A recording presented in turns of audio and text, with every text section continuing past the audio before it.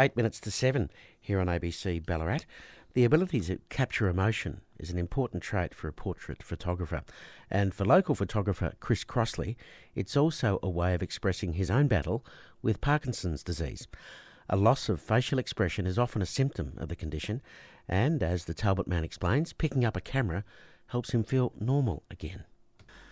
For the past 4 or 5 years I've been shooting pictures of people with water streaming down their face, and I thought that they had some value, and I've made the connection that it was due to not being able to express myself being a bloke.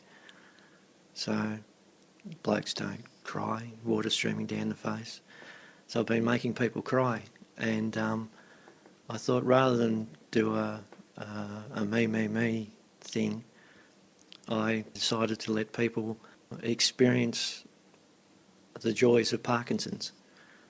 And when you have Parkinson's, you lose emotion, you lose control of certain things that you take for granted.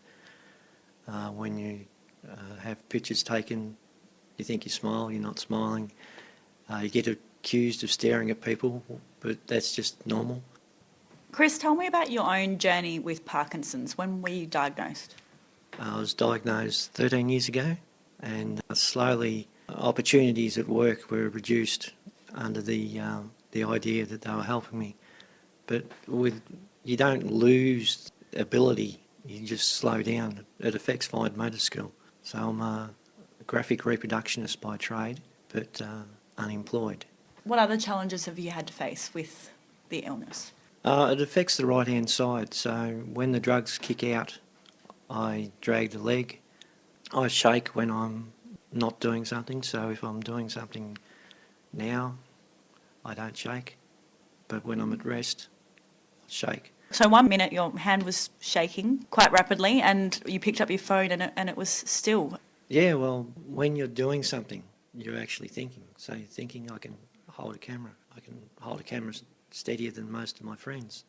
When I got diagnosed, rather than sit in the corner going, where, and complain, I had to think of something that I could do. So basically, I now take photos. It affects the right-hand side. I'm right-handed, so I now edit left-handed. I type left-handed. I used to draw, but now instead of drawing, I take photos, and there's got to be some creative outlet.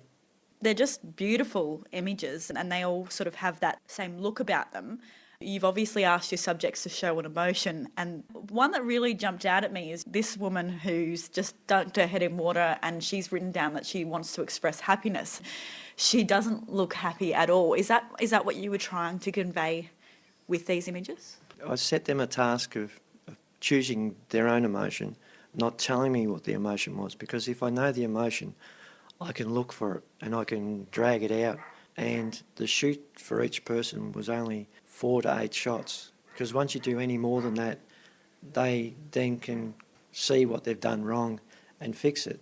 But I don't want that, because with Parkinson's you think you're smiling, you're not.